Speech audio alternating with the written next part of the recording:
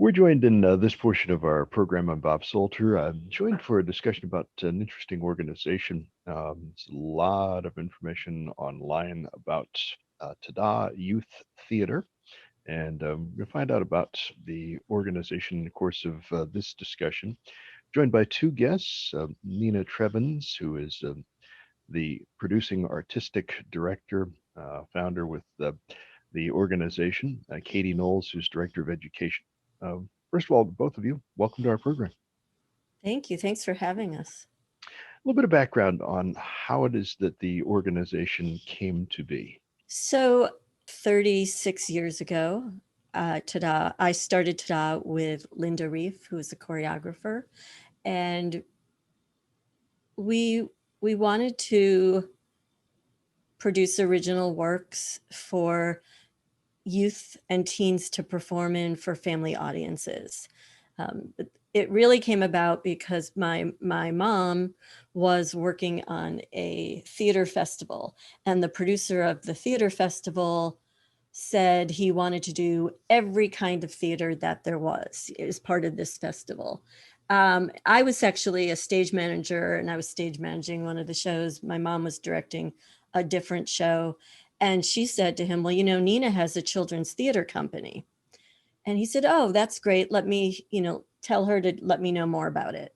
Well, Nina didn't really have a children's theater company at that moment, but I wanted to. And so Linda and I went away for a weekend and came up with what the theater company was going to be and what shows we could start with, and gave him a proposal. And he included us in the theater festival. We did an original dance piece as well as a short musical that we wrote specifically at that time. It was a new piece. I found the composer, Joel Gelpy, who I loved working with and has written many shows for us, through an ad in Backstage. And we started in that festival and then just kept it going. We became a nonprofit. Started to get funding, and it's 36 years later. And what has been the effect of this past year on the organization with the virus, the pandemic? I think there's been good and bad. I think it's really tough. It's very, I think it's hard for everyone. Our primary focus was keeping programming going for the kids, the members of the free ensemble program, as well as all our students in our education classes. And so it was immediately, as they say, pivoting. I call it we did the pandemic pivot, and brought everything online. And we've expanded what we do or how we do things. We've also looked at the reality of economics and what's going on, and offering more full scholarships for BIPOC families. We have more programs with our ensemble members that are really about just what's going on, how are you feeling, let's write it, let's explore it, let's do readings, how do we keep performances going. We put old shows, we got writers' permission and put them up for free on YouTube to keep people entertained, because families or parents need that hour to stick their kid in front of something, and this is quality original work that can't be seen normally, especially by people outside of New York. So also that's a big change, and I think positive, that came out of COVID-19 is that kids can take classes or watch our shows from wherever they are across the globe. You just have to be aware of what time, your time zone and the time zone that the class is being offered, so you actually make the class. But you can be anywhere. Everything's designed so you can be in your home and you can do the choreography and learn the songs and write your own musical and be in it. And we have so many different opportunities. We have, I'll have Katy talk about the new things that have come about in terms of our classes. Yeah, I would say also just the thing that was a challenge, I think, was the fact that we were trying to take what we did in person and then obviously transition it into this kind of new online modality, and realizing really quickly that it is not just like a one size fits all. And really kind of listening to, I think, the community, our students, our school partners, and kind of catering and making sure that we are making shifts so that the student experience is the best. And so I think that's been something that's been a challenge, but also been really great that's come out of it, is that kids need an outlet to be active, to have some kind of creative experience, and just sing, dance, act, and have a really good time. And so I think that's like at the forefront of everything that we're doing now, is that it's more about process. It's more about making sure these kids' voices are heard and that they're really getting these moments to feel seen and to feel included in a community via over Zoom, which is pretty incredible that that stuff is happening. And so yeah, we've been transitioning. We started with summer camps. We did a fall semester class, and those were really great, super successful. And now we have some winter semester classes where the students are actually going to create their own mini musical. And some of that will be live, some of it will be pre-recorded. And then they get to come at the end and kind of see this premiere of this mini musical, which is really exciting. And then we do have some other options with smaller commitments, a 4-week kind of mini series that we're doing in February and March. And then some really fun Broadway workshops that we've chosen, some musicals that kids are really into that we'll be doing as well, kind of throughout the spring and summer. And those are, again, a lot less of a commitment. Come for an hour and a half and learn, a song from Hamilton or from The Lion King. And so a lot of variety in terms of what we can offer. Again, really listening to the community and our families to make sure that we can support them in any way that we can through musical theater. Well, that variety, it would seem, is also very key to keeping the students, the kids interested, active. They must love that. I mean, they really do. And I think that's what's been great, is that we have some people who, will take all of it if they can and can afford it. And even if they can't afford it, we have some great, financial assistance programs that we have available to students. But yeah, that's what's good, is they can be working on writing a mini musical. They can, be doing, a Lion King, workshop, and there's lots of different variety, and it keeps it innovative, fresh, and kind of responsive to what's going on in terms of the world and what the students really want at this time or need at this time, I think is really important. Yeah, I think a lot of our programming is able to provide an escape from reality. We with the ensemble, we have teen-led forums where they talk about what's going on in the world, and then there's times where they just say, we don't want to do this. We want to read a play. We want to do a musical. We don't want to think about what's going on. And theater's always been able to take you away. And I think, even through Zoom, it can do that. And it's also very different than, yes, a lot of them are on, Zoom school or whatever they're doing during the day, remote learning. But this is actually getting up and being on your feet and, singing and talking to people. It's not about learning just yourself. It's about learning with a group.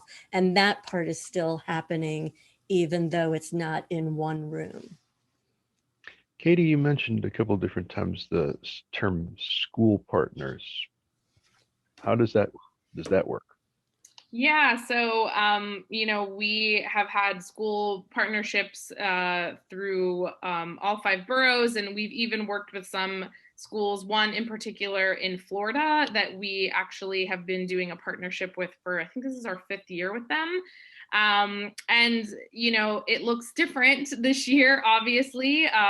because we can't go into the schools. So there's been, again, some pros and cons, I think, with that, where, you know, we still are able in some cases to go into schools, obviously online, and provide musical theater programming for kids. And we get to kind of go in for each grade. So I might have a school that will call and be like, we want to do a musical theater residency with our entire second, third grade, and our fifth grade. And we kind of get to cater and talk about what exactly we want to explore, what are the goals, what are the expectations, you know, the logistics. And so setting all of those up is something that we always normally do. I'll be honest, it's been a little challenging, I think, with funding. We're also just seeing, again, it takes a lot more in terms of logistics. Scheduling is changing. One second school's open, then it's closed, then they're remote, then they're changing all their cohorts. So that's been a bit of a challenge, and we're not in as many schools as we would like to be, but we have the capability to be in schools. So if there are people that are interested, that's something that we absolutely can do, is get TADA into your school and make sure that kids are getting that enrichment, which I think they're lacking at this moment and really need and want.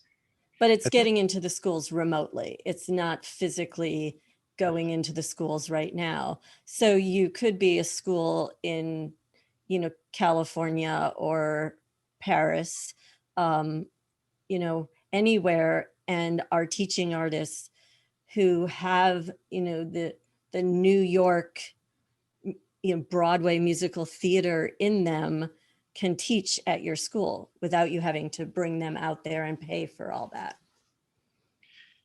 You used, I believe it was Katy who used the acronym BIPOC a couple moments ago in the discussion too.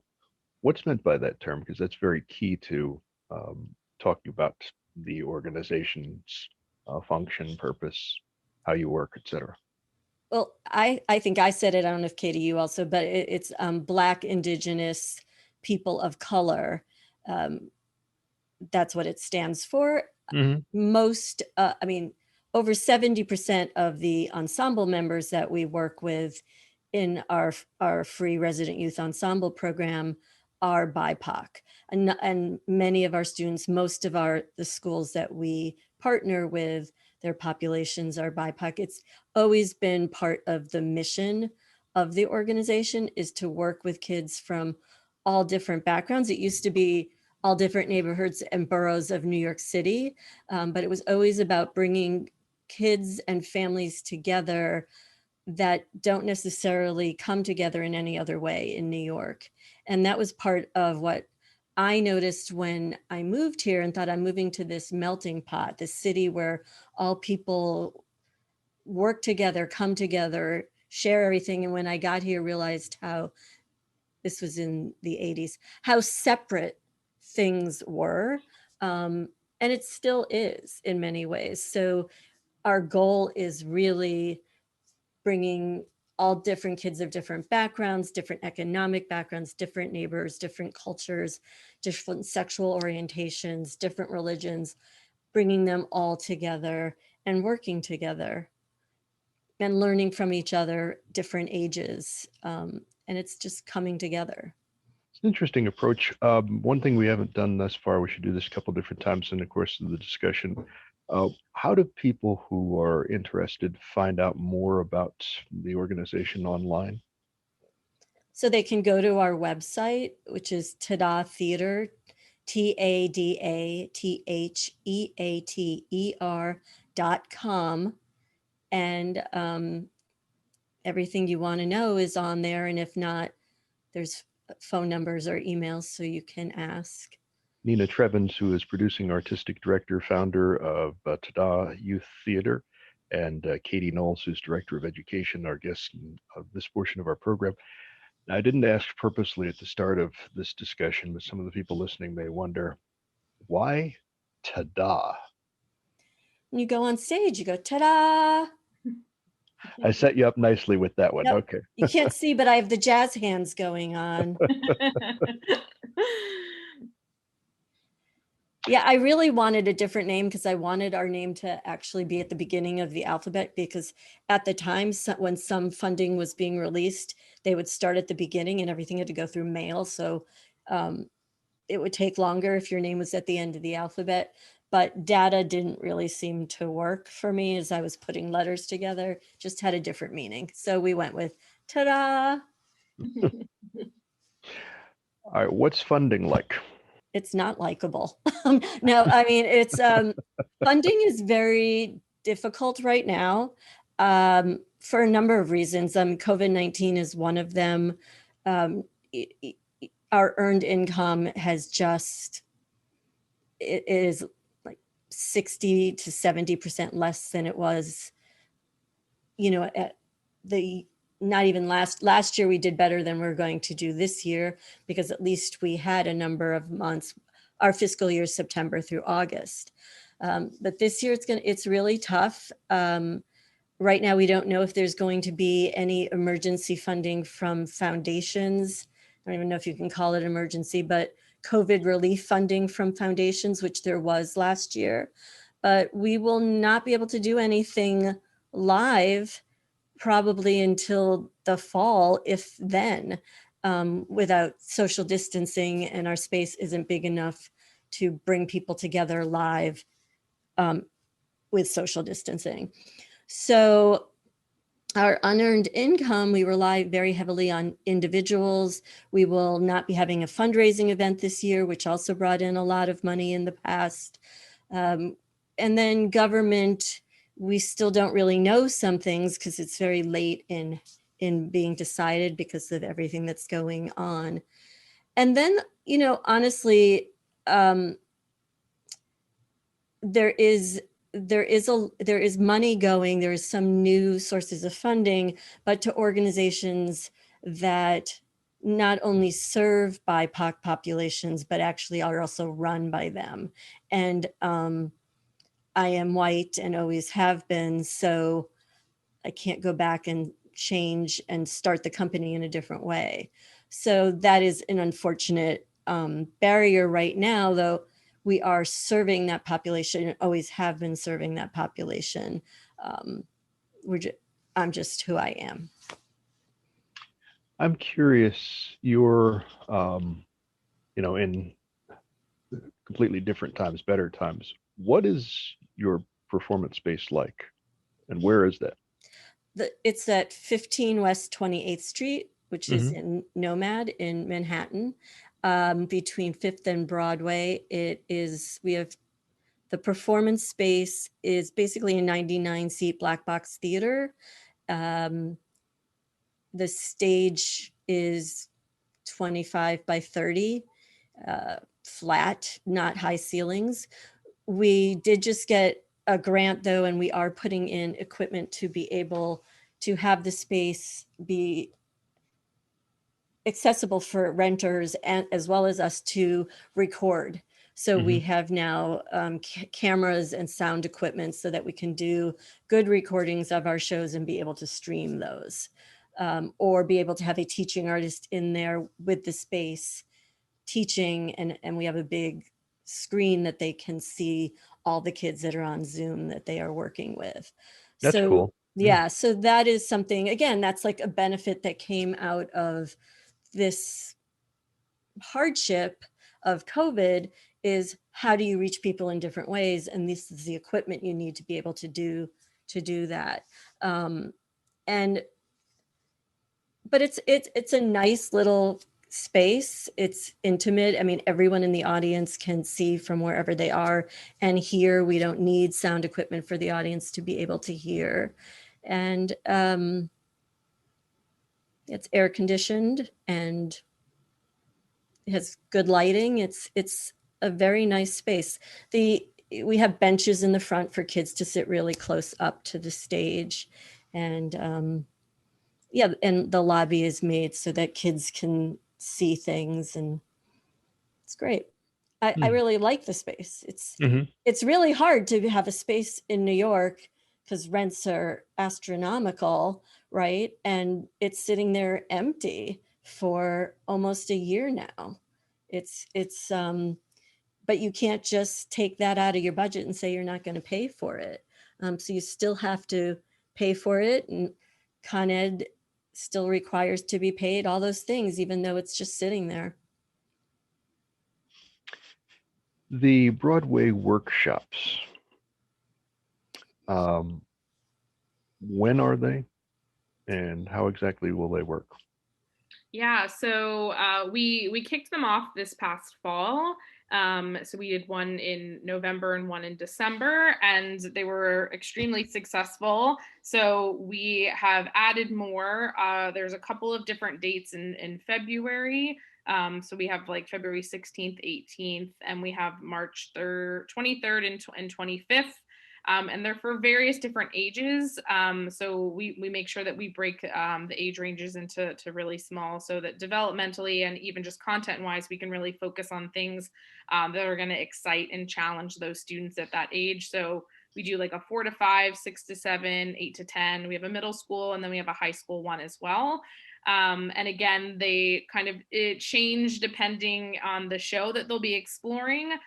So we're definitely hitting, for the older students, we got Hamilton and Wicked. And then for our younger students, we're going to do Frozen and Lion King. And those are just in February and March, but really hoping to kind of grow those. But essentially it's an hour and a half commitment.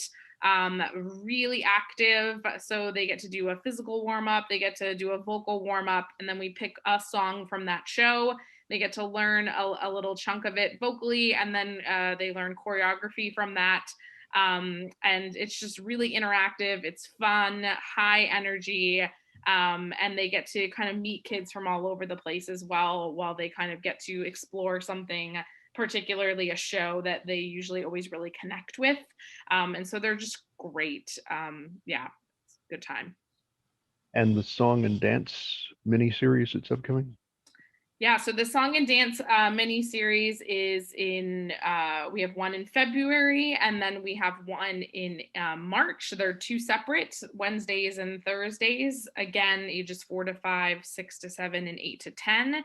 And for those, it's the, same thing. Interactive is really important to us, making sure that they're getting to kind of explore and have a good time through the art form of musical theater. So again, they get to learn vocals and choreography to, 2 different numbers. They get to play active theater games, really explore themselves, and create a community within the group that they're working on. But it's definitely more skills based and more about just having a good time and keeping it active and through that art form of musical theater. Well, that's really cool. I guess a final thought for the two of you is in the area kind of who are listening to our discussion, what they can do to be supportive of your efforts. Let me start with what they can do to be supportive.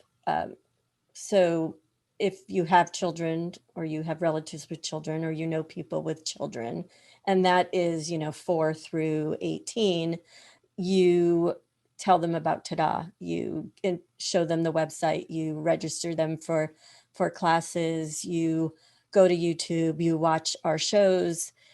You tell your schools that where your kids go or other kids go, this program can come and they can help during the day with curriculum that gets put into a show, or after school programs. So any kid really that's interested in musical theater, in wanting to perform, wanting to learn about it, TADA is the place for them. And even if you don't have kids, sharing anything you see if you can follow us and share things on social media. So we need more people to know about TADA. We really, especially now with everything being virtual and remote, there's so many people that can be a part of TADA, and we just need people to know about us. And what was the second question? Oh, our wish list or wishes. We are looking for board members. We are looking for people who believe in our mission and our vision and who have time and want to give up time to be on the board. And we look at our website. Also, there will be some new job opportunities that will be posted on there. And we're also just looking, just is not part of that sentence. We are also looking for people who want to contribute and support our programs. We need funding. We need gifts from individuals. We need gifts from foundations or corporations. And that is what will keep us around and help us make it through this point till we can be back live. And even when we're back live, we need that support. Excellent. We did it earlier. Would you mention again the way for people to contact you online? Yeah, they can contact us at tadatheater.com. And that is the best way to check and see what we have going on. And when you visit the website, there's, depending on the department or where your interest lies, you can get emails or phone number that's directly, will put you in touch with the people to help you figure out how to best support us and get what you need. Sounds good. Let's hope for some positive feedback from some of the folks who listen to this discussion, because some of them definitely are in the category of being able to help you as well, too. Thank you. Certainly the best continued with the efforts of TADA Youth Theater. Thank you for your time. To Nina Trevens, who's founder, producing artistic director of TADA Youth Theater, and Katy Knowles, who's director of education. Certainly all the best as you move forward in 2021. Thank you so much. And to you too.